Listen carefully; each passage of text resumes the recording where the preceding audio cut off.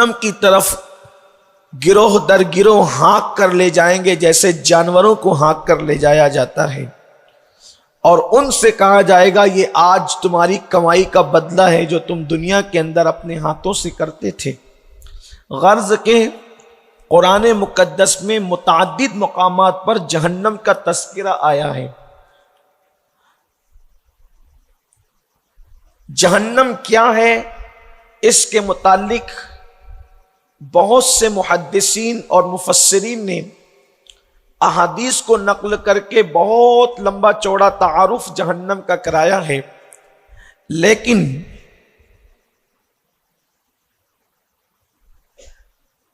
حضرت سیدنا عبداللہ ابن عباس رضی اللہ تبارک و تعالی عنہ روایت کرتے ہیں کہ جہنم کی آگ اور اس کی شدت اور اس کی تپش کا اندازہ اس بات سے کیا جانا چاہیے کہ جب اللہ تبارک و تعالیٰ نے حضرت آدم علیہ السلام کو زمین پر بھیجا اور آدم علیہ السلام زمین پر تشریف لائے اور آپ کی توبہ قبول ہوئی، تو اس وقت آپ کو حاجت ہوئی کھانا بنانے کی، کیونکہ جب تک کہ توبہ کی قبولیت کی بشارت نہیں ملی تھی اس وقت تو ایک ہی دھن تھی، نہ کھانا نہ پینا نہ سونا، صرف اللہ کو منانے کی فکر تھی۔ جب اللہ کو راضی کر لیا، دعا قبول ہو گئی، توبہ کی بشارت آ گئی، تو پھر آپ کے دل نے چاہا کہ کھانا بنایا جائے، تو آپ نے اللہ سے عرض کیا کہ میں کیسے کھانا بناؤں؟ تو فرمایا کہ آگ پر کھانا پکاؤ۔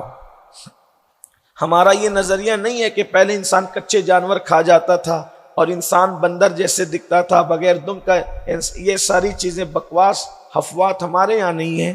ہمارے یہاں یہ ہے کہ دنیا کا جو پہلا انسان ہے وہ حضرت آدم ہے، اور آدم اتنے خوبصورت تھے کہ حسن فرشتہ بھی ان کے حسن کے سامنے مان پڑتا تھا۔ پہلا انسان اتنا خوبصورت ہے کہ حسن ملائکہ جو ہے حسن انسان کے سامنے۔ یہ بات آپ اچھی طرح یاد رکھیں، لوگوں نے بشریت کو آج تک سمجھا ہی نہیں ہے، مقام بشریت لوگوں کو سمجھ میں نہیں آیا۔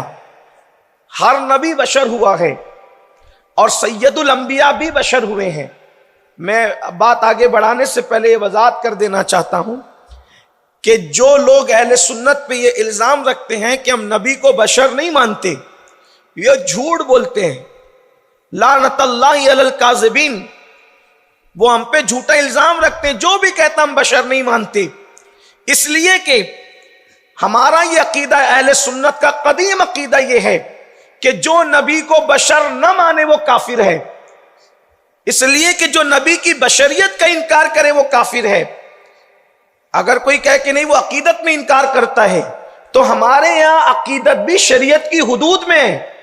اگر عقیدت شریعت کی حدود سے باہر ہو جائے تو پھر وہ ایمان نہیں رہ جاتا، پھر وہ انسان کو دین سے خارج کر دیتا ہے۔ تو ہمارے یہاں عقیدتیں بھی حدود شرع میں ہے۔